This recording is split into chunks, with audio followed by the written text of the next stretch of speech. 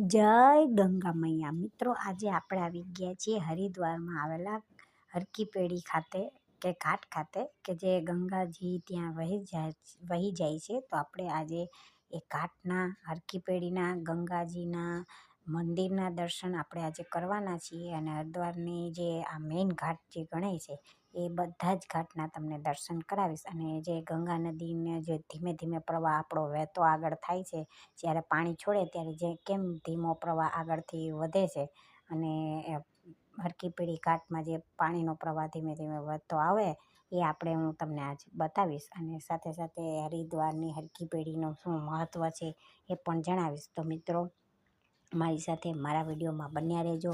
મારી ચેનલને લાઈક કરજો, શેર કરજો અને સબસ્ક્રાઈબ કરવાનું ભૂલતા નહીં. અને હા, બેલ આઇકન દબાવી દેજો, જેથી કરીને કોઈ પણ નવા વિડીયો આવે તો સૌથી પહેલાં તમને નોટિફિકેશન મળી રહે. તો મિત્રો, જો અત્યારે પાણીનો પ્રવાહ છોડેલું છે, એટલે કે પાણી છોડેલું છે, અને ધીમે ધીમે જુઓ આ ગંગા નદી ધીમે ધીમે આગળ વધતી તમને જોવા મળે છે. જો કેટલું સરસ મજાનું તાજું તેલ જેવું પાણી તમને ચોખ્ખું દેખાતું હશે, અને તાજું તેલ જેવું પાણી આગળ વધી રહ્યું છે. અને જેમ જેમ પ્રવાહ વધતો જશે એમ એમ પાણી પણ વધતું જશે અને પ્રવાહનો વેણ પણ વધતું જશે, કે જે ફૂલ તેજીથી જે પાણી આવે છે એ પણ તેનું વધતું જશે. હવે હરકી પેઢી એટલે કે અથવા હરકી પેઢી ભારત દેશના એ ઉત્તરાખંડ રાજ્યમાં પવિત્ર ગંગા નદીના કિનારે આવેલી આ ધાર્મિક મહત્ત્વ ધરાવતી નગરી એટલે કે હરિદ્વાર ખાતે આવેલું એક મહત્ત્વનું ધાર્મિક સ્થળ છે. હરકી પેઢીનો ભાવાર્થ એટલે કે હરિ એટલે કે વિષ્ણુ ભગવાનના ચરણ એવો કરવામાં આવ્યો છે. હિન્દુ ધાર્મિક માન્યતા અનુસાર સમુદ્ર મંથન પછી જ્યારે વિશ્વકર્માજી અમૃત માટે ઝઘડી રહેલા દેવ અને દાનવોથી બચાવીને લઈ જઈ રહ્યા હતા, ત્યારે પૃથ્વી પર અમૃતના કેટલાક ટીપાં ઢોળાઈને પડ્યા, અને તે સ્થળો ધાર્મિક મહત્ત્વ ધરાવતા સ્થળો બની ગયા. અમૃતના ટીપાં હરિદ્વારમાં પણ પડ્યા, અને જ્યાં આ ટીપાં પડ્યા એ સ્થળ હરકી પેઢી હતું. આ ઘાટ ખાતે સ્નાન કરવાની હરિદ્વારની યાત્રા કરવા આવેલા હર એક શ્રદ્ધાળુની સૌથી ચરમ ઈચ્છા હોય છે, કારણ કે એવું માનવામાં આવે છે કે અહીં સ્નાન કરવાથી મોક્ષની પ્રાપ્તિ થાય છે. હરકી પેઢીને બ્રહ્મકુંડ તરીકે પણ ઓળખવામાં આવે છે. તે પવિત્ર નગરી હરિદ્વારનો મુખ્ય ઘાટ છે. એ હકીકત છે કે અહીંથી ગંગા નદી પહાડોમાંથી મેદાની ક્ષેત્રો તરફ ગતિ કરે છે. તમે જોઈ રહ્યા છો, જો ધીમે ધીમે પાણી આગળ વધી રહ્યું છે, અને આપણે કહ્યું એમ કે અહીંથી નદી એ ગંગા નદી એ પહાડોમાંથી મેદાની ક્ષેત્રોમાં આગળ વધે છે અને આગળ વધતી જાય છે. આ સ્થાન પર વહેતા ગંગાના જળમાં પાપોને ધોઈ નાખવાની શક્તિ છે. મિત્રો, હરકી પેઢીને એ એટલા માટે મુખ્ય ઘાટ કહેવામાં આવે છે અને મેઇન ઘાટ કહે છે, અને અહીંયા સ્નાન કરવાનું એટલા માટે એટલું મહત્ત્વ છે કે ત્યાં સ્નાન કરવાથી આપણને મોક્ષની પ્રાપ્તિ થાય છે, અને આપણા બધા જ પાપોનો નાશ થઈ જાય છે. એવું માનવામાં આવે છે કે ગંગા નદી આપણા બધા જ પાપોનો નાશ કરનારી નદી ગણવામાં આવે છે, અને એટલા માટે જ એને પવિત્ર ગંગા નદી કહે છે, કારણ કે આપણા બધા પાપોનો નાશ કરે છે એટલા માટે. અને એટલા માટે જ ત્યાં આપણે સ્નાન કરવાનું મહત્ત્વ વધારે છે. અને મિત્રો, અમુક લોકો તો ગંગા નદીને આપણા ઘરે પણ લઈ જાય છે, ઘરે લઈ જાય અને ત્યાં આપણા ઘરમાં રાખે છે. ગંગાજળને તો લોકો ઘરમાં રાખે જ છે, કારણ કે બધા જ કોઈ પણ પ્રસંગ હોય કે કોઈ પણ શુભ કાર્ય કરવું હોય તો એમાં ગંગાજળનો ઉપયોગ પહેલેથી લેવાય છે, કારણ કે એ પવિત્ર ગંગા કહેવાય છે. એટલા માટે કે ગંગાજળ વગર કોઈ પણ કાર્ય અધૂરું રહે છે. આપણું કોઈ પણ કાર્ય કરવાના હોઈએ તો એમના માટે ગંગાજળ પહેલાં લેવામાં આવે છે. અને અહીં એક પથ્થરમાં વિષ્ણુ ભગવાનના પદચિહ્નો આ વાતનું સમર્થન કરે છે. આ ઘાટ ગંગા નદીની નહેરના પશ્ચિમી તટ પર સ્થિત છે, કે જ્યાંથી ગંગા નદી ઉત્તર દિશામાં વળી જાય છે.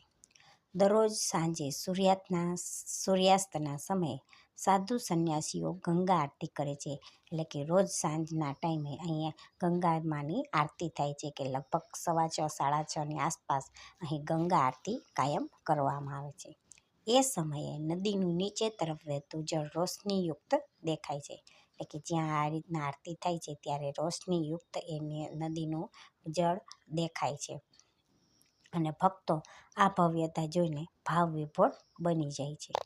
અહીં આ સમયે શ્રદ્ધાળુઓ દીવડાઓ પણ પાણી પર તરતા મૂકવાનો લાવો લે છે. મિત્રો, આપણી એવી માન્યતા છે કે ગંગા નદીમાં લોકો દીવડાઓ પણ મૂકી અને એને વહેતા મૂકે છે, કે જેથી કરીને એનું એક કંઈક અલગ જ મહત્ત્વ છે. અને એ લોકો ઘણા બધા એવું કરે છે કે દીવડાઓ પાણીમાં વહેતા મૂકે છે. ગંગા નદીમાં આ રીતના દીવડાઓ મૂકે છે. મિત્રો, આ મુખ્ય ઘાટ ઉપરાંત અહીં નહેરના કાંઠા પર નાના નાના અનેક ઘાટો આવેલા છે. એટલે કે મેઇન ઘાટ આપણો હરકી પેઢી અને બીજા નહેરના કાંઠા ઉપર નાના નાના અનેક ઘાટો પણ આવેલા છે.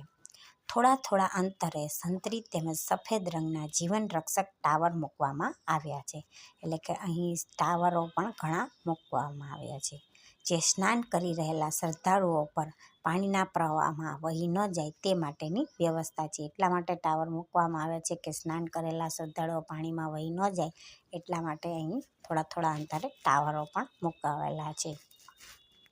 મિત્રો, પાણીનો પ્રવાહ જ એટલો બધો હોય છે કે જેથી કરીને શ્રદ્ધાળુઓ તણાઈ જવાની બીક ના રહે એટલા માટે એવી રીતના જીવન રક્ષક મૂકેલા છે. કારણ કે ગંગા નદીનો પાણીનો પ્રવાહ જ ખૂબ વધારે હોય છે એટલા માટે એ રીતના કરેલું છે. મિત્રો, કારણ કે ગંગા નદીમાં પ્રવાહ ખૂબ જ વેગવાળો હોય છે, અતિશય વેગવાળો હોય છે. એટલા માટે એ રીતની વ્યવસ્થા કરેલી છે. મિત્રો, કે જેથી કરીને એ તકલીફ ન પડે. મિત્રો, હવે જ્યારે અજાણ્યા યાત્રીઓ પહેલીવાર હરિદ્વાર આવે ત્યારે તેમની પ્રતિક્રિયા કેવી હોય તો કે હરિદ્વારની ધરતી પર પગ મૂકતા વેત આધુનિક સંસારથી અલિપ્ત એવી કોઈ સ્વર્ગીય ભૂમિમાં આપણે પ્રવેશ કર્યાનો એમને સુખાનુભવ થાય છે. કે જ્યારે અને હરિદ્વારનું દર્શન કરીને એમ લાગે છે કે જાણે જુદી ને વધારે સારી દુનિયામાં આપણે આવી પહોંચ્યા હોય.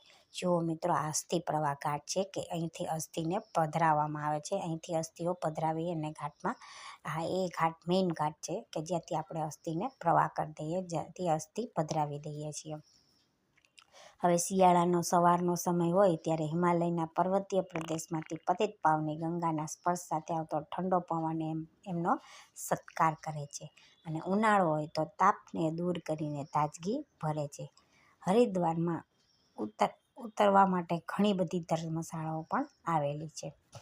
હરિદ્વાર એટલે હિમાલયનું પ્રવેશદ્વાર અને ત્યાં આવનાર અપરિચિત પ્રવાસીને હિમાલયના બરફવાળા ઊંચા પર્વતોનું તથા ગંગાનું દર્શન કરવાની તત્પરતા હોય છે અને ગંગાનું દર્શન કરવાની એમની ઈચ્છા તો સંતોષાય છે. તો મિત્રો, આ છે આપણું ગંગાનું આરતી સ્થળ. અહીં આરતી થાય છે અને અહીં બધા લોકો ભક્તો ભેગા થઈને આરતી કરે છે. તો મિત્રો, ફરીથી મળીશું નવા વિડીયો સાથે. ત્યાં સુધી આવજો, ટાટા.